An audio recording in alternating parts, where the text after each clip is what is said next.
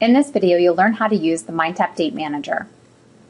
To set due dates and available dates on your MindTap activities, the easiest view to use is the third view, which is the Date Manager. This will give you a listing of all of the activities that are included within MindTap. To set an available or due date, you can use the relevant calendar icons that are to the right of the activity name.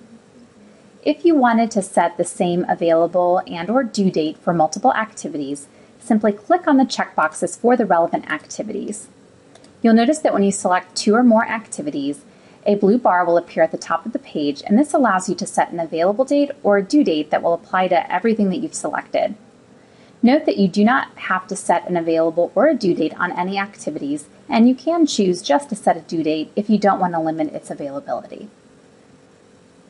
In this example, I'm going to go ahead and set the due date for these three reading activities. I'm going to click on my calendar, and for instance, we'll say that these are due on Thursday the 23rd, and then you can set a time. You've selected the date and time that this activity is due, and then you're going to click on Apply. Here you can see that this applies that due date to all three activities that you've selected. If you wanted to change one of these due dates, you certainly can. You just click back on the calendar, and you can make a change to the due date.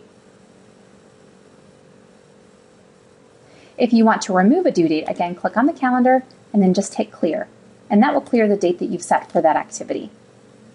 You'll notice that once you set a due date on an activity, it will show in the relevant week in the weekly view. Students will be able to click on the link from the weekly view to access the activity.